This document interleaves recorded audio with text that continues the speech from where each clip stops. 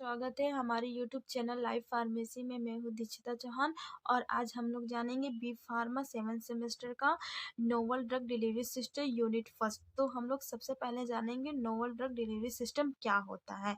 तो नोवल का मतलब क्या होते हैं कि नया, मतलब कि आधुनिक। ठीक है, तो novel drug delivery system is a new approach of drug delivery. इसका मतलब क्या होता है कि ड्रग को डिलीवर करने का एक न्यू अप्रोच होता है that address the limitation of drug transitional drug delivery system.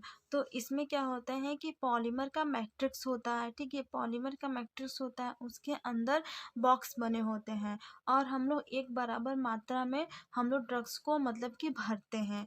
फिर किसी पर्सन को दवा देंगे या खिला देंगे या इम्प्लांट करेंगे स्किन के अंदर। ठीक है, फिर उसके बाद क्या होता है कि 8 घंटे बाद, मतलब पहले में क्या होता है कि 8 घंटे बाद पॉलीमर जो होता है ब्लस्ट हो जाता है, तो ड्रग जो होते हैं रिलीज हो जाता है।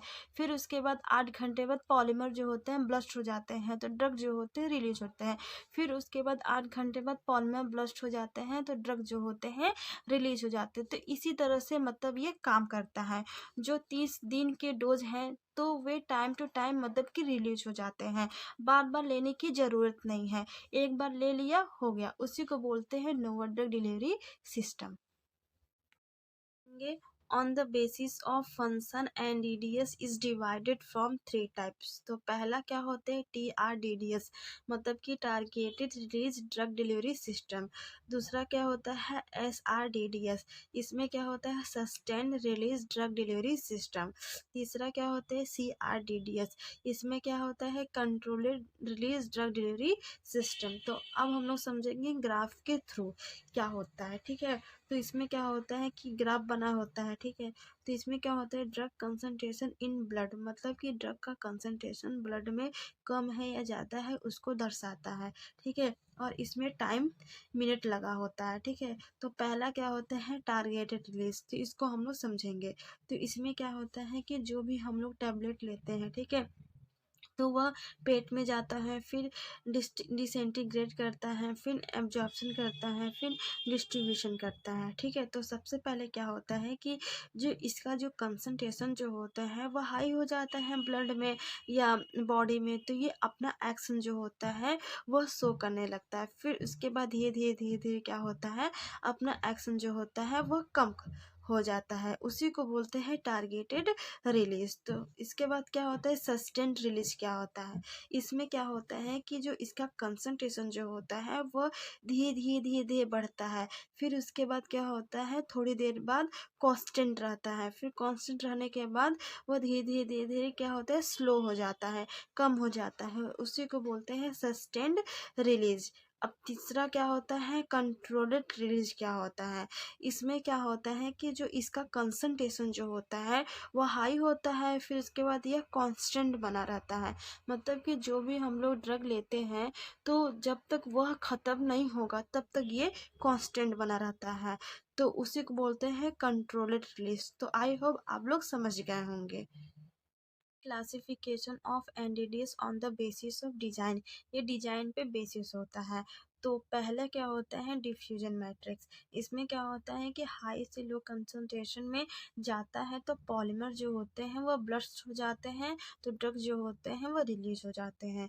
दूसरा क्या होता है डिजोल्यूशन मैट्रिक्स, इसमें क्या होता है पॉलीमर के अंदर कुछ ऐसे मटेरियल जाते हैं जो वाटर के कांटेक्ट में आते हैं तो वो फूल जाते हैं, तो पॉलीमर जो होते हैं वह ब्लस्ट हो जाते हैं। ठीक है, तीसरा क्या होते हैं डिफ्यूजन एंड डिजोल्यूशन मैट्रिक्स, इसमें क्या होते हैं कि दोनों एक साथ मैकेनिज्म इसमें काम करते हैं।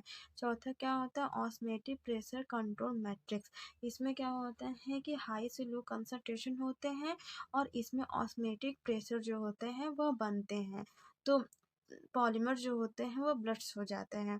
ठीक है, पांचवा क्या होता है केमिकली कंट्रोल्ड DDS, इसमें क्या होते हैं जो पॉलीमर होते हैं उसमें कुछ इस तरह से केमिकल जो होते हैं यूज किए जाते हैं, जैसे कि हमारे पेट के अंदर जाते हैं तो HCl या गैस्ट्रिक जूस हो रहा है तो उसके साथ मतलब कि रिएक्शन होता है। ठीक है, तो पॉलीमर जो होते हैं वह ब्लस्ट हो जाते हैं। हाइड्रोजेल DDS, इसमें क्या होते हैं वाटर बेस होते हैं, मतलब कि वाटर में जाते हैं तो घुल जाते हैं। सातवां क्या होता है आयन एक्सचेंज रेजिन DDS।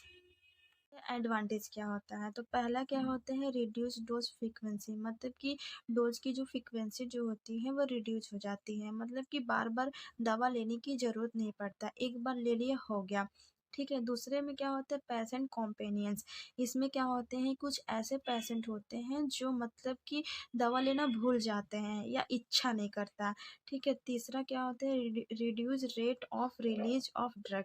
ठीक है। चौथा क्या होता है sustained blood level in therapeutic window, इसमें क्या होता है कि ब्लड का जो लेवल जो होता है वो सस्टेंड बना रहता है, मतलब कि कांस्टेंट बना रहता है। ठीक है। पांचवा क्या होता है drug level in blood is increase, मतलब कि ब्लड में ड्रग का जो लेवल जो होता है वो इंक्रीज रहता है। छठा क्या होता है अचीव टारगेट रिलीज, इसमें क्या होता है किसी भी पार्टिकुलर पर्सन को इम्प्लांटेशन लगा सकते हैं या इंसर्ट कर सकते हैं।